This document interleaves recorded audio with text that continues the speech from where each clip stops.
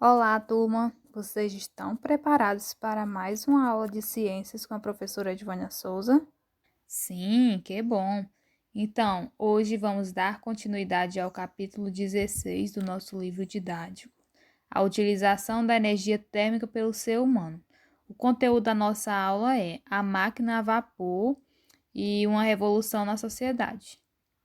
A máquina a vapor, como vimos, inicialmente o ser humano utilizou a energia térmica apenas para se aquecer, para iluminar os ambientes e para cozinhar.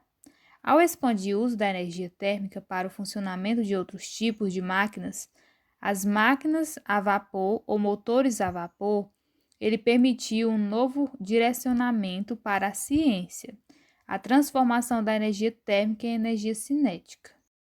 A ideia da máquina a vapor não é muito recente.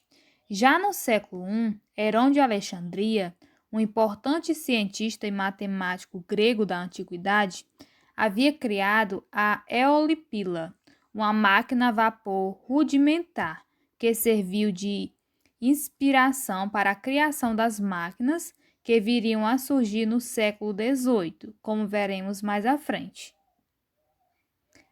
A eolipila foi a primeira máquina térmica inventada por Herão de Alexandria, no século I.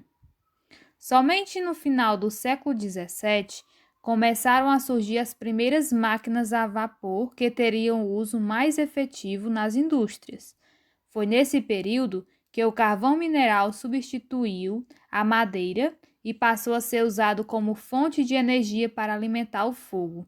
Assim, foi necessário extrair mais e mais o carvão de minas, que ficavam permanentemente alagadas, o que dificultava o trabalho dos mineiros. Então, Thomas Savery, 1950 e 1715, engenheiro inglês, inventou uma espécie de bomba com a finalidade de retirar a água dessas minas de carvão.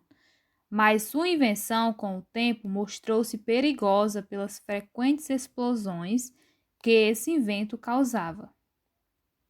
Por volta de 1712, outro engenheiro e inventor inglês, Thomas Newcomen, em 1664 e 1729, aperfeiçoou o invento de Savery e criou uma nova máquina térmica com menor risco de explosões, a chamada máquina de Newcomen, muito utilizada já na primeira metade do século XVIII. Quase 50 anos depois, outro engenheiro inglês, James Watt, em 1736-1819, deu uma enorme contribuição à ciência, ao construir aquele que seria considerado o primeiro motor a vapor. Watt inventou o modelo mais eficiente que consumia menos combustível, o carvão mineral. Isso contribuiu para que as antigas máquinas fossem substituídas pelo novo modelo de Watt, ainda na segunda metade do século XVIII.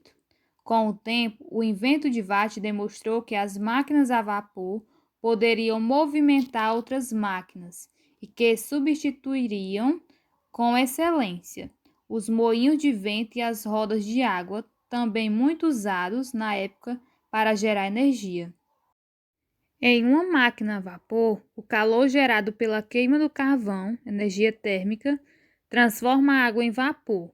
O vapor movimenta pistões e gira rodas, ou seja, a energia térmica se transforma em energia cinética. Houve, então, uma verdadeira mudança no funcionamento das máquinas. Em pouco tempo, surgiriam trens e barcos fazendo uso da energia térmica, o que revolucionou os meios de transporte.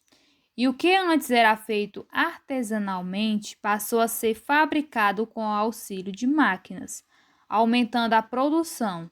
No início do século XIX, a humanidade iniciava uma importante fase da história, a era da industrialização. Com a criação dos motores a vapor, os meios de transporte mudaram. Acima vocês podem ver um barco e uma locomotiva a vapor. Uma revolução na sociedade. O aperfeiçoamento das máquinas a vapor foi um dos aspectos fundamentais na transição do trabalho industrial. Iniciava-se assim em meados do século XVIII na Inglaterra, a chamada Revolução Industrial, que, aos poucos, espalhou-se pelo mundo. A transformação do trabalho partiu gradativamente das oficinas de artesanato, nas quais os trabalhadores utilizavam ferramentas manuais, para o processo de industrialização, em que as fábricas usavam os trabalhadores em partes do processo produtivo, o que acarretou intensa mudança na sociedade, como a organização das cidades e o aumento populacional.